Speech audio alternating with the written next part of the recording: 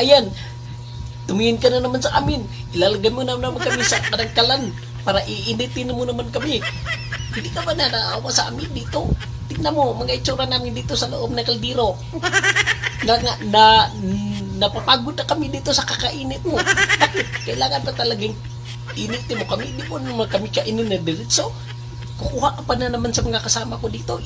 Gabi ka naman makatusok ng mga tinidor at kutsara mo. Pwede na magkukunin ng dahan-dahan, hindi na mapursahan. Tingnan mo kami yung mga kasama ko. Tingnan mo, hindi ka na sa amin, nangabungkag na tuloy yung mga katawan namin dito sa loob na kaldero mo, tapos init-initin mo pa kami. Hindi mo naman nagkainin ng diretso para hindi mo naman kami masasaktan. Tingnan mo, nakapandong na ako kasi ang init ng loob na kaldero, tapos init-initin mo pa kami.